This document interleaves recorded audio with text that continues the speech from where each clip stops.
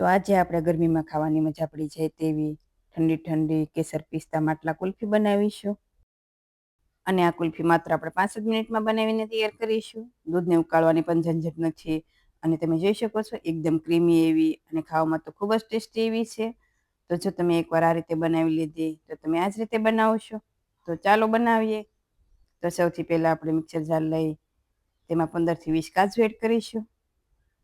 અને સાથે 15 થી 20 બદામ એડ કરીશું. અને સાથે 2 સ્પૂન જેવા પિસ્તા એડ કરીશું.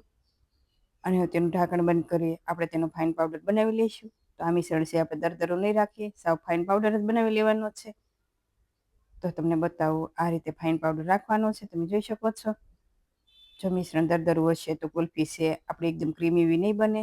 તો આ રીતે ફાઇન પાવડર બનાવી લેવાનો. તમે જોઈ શકો છો. અને હવે તેમાં અડધો કપ જેટલો મિલ્ક પાવડર એડ કરીશું.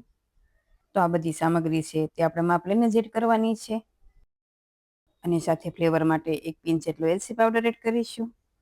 અને હવે તેમાં 3 સ્પૂન જેટલી સાકર એડ કરીશું. પણ જો તમારે સાકરની જગ્યાએ શુગર એડ કરવી હોય તો પણ તમે કરી શકો.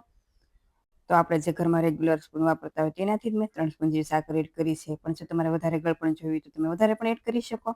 તો તમારા ઘરમાં જેવું ગળપણ ખવાતું હોય એ પ્રમાણે તમારે સાકર અથવા શુગર એડ કરવાની. અને હવે તેમાં આપણે દૂધની મલાઈ એડ કરીશું. તો મલાઈ ફ્રેશ હોય એ રીતે જ લેવાની છે. તો 2 સ્પૂન જેવી એડ કરી છે. અને જો મલાઈની જગ્યાએ તમારે ફ્રેશ ક્રીમ એડ કરવું હોય તો પણ તમે કરી શકો. અને હવે તેમાં 10 થી 12 કેસરના દાંતણા એડ કરીશું. અને હવે તેમાં 1 કપ જેટલું ફૂલ ફેટ દૂધ એડ કરીશું. તો દૂધને મેં ગરમ કરી ઠંડુ થવા દીધું હતું. તે 1 કપ જેટલું એડ કર્યું છે. અને આપણે તેને 2 થી 3 મિનિટ માટે બ્લેન્ડ કરીશું. એટલે બધું મિશ્રણ છે તે સારી રીતે મિક્સ થઈ જશે. અને આપણે તેમાં સાકર પણ એડ કરી છે એટલે સાકર પણ સારી એવી બ્લેન્ડ થઈ જશે. તો હવે તમે જોઈ શકો છો આ રીતે મેં મિશ્રણ બનાવીને તૈયાર કરી લીધું છે. તો આ કુલ્ફી બનાવવી સાવ ઈઝી છે. અમુક માપ અને અમુક ટ્રિક્સથી બનાવીશું તો કુલ્ફી છે ખૂબ જ સારી બનશે. તો જો તમારી પાસે કપ ના હોય તો તમે કોઈ પણ વાટકીનું માપ સેટ કરી લેશો. જો પરફેક્ટ માપથી તમે કુલ્ફી બનાવશો તો કુલ્ફી છે ખૂબ જ સારી બનશે. તો આ મિશ્રણ બનાવવામાં આપણે 1 કપ જેટલું દૂધ તો તેની સામે અડધો કપ મિલ્ક પાવડર એડ કર્યો છે. અને બીજી પણ સામગ્રી તમારે માપ લઈને જ એડ કરવાની છે. એટલે કુલ્ફી છે ખૂબ જ સારી બનશે. તો આપણે મટકામાં બધું મિશ્રણ છે તે એડ કરીશું. અને જો આ રીતે તમારી પાસે મટકા ના હોય તો તમે કોઈ પણ એરટાઇટ કન્ટેનર લઈ તેમાં પણ એડ કરી શકો છો. અને હવે તેના ઉપર આપણે થોડું ગાર્નિશિંગ કરીશું. તો આ રીતે પિસ્તાની કતરણ સાથે કેસરના તાતણા અને ગુલાબની પાંદડીથી ગાર્નિશ કરીશું. પણ તે ઓપ્શનલ છે. જો તમારે આ રીતે ગાર્નિશિંગ ના કરવું હોય તો તમે સ્કીપ પણ કરી શકો છો. અને તેને ઢાંકણ બંધ કરીશું. અને જો આ રીતે ઢાંકણ ના હોય તો તમે ફોઇલ પેપરથી પણ પેક કરી શકો છો.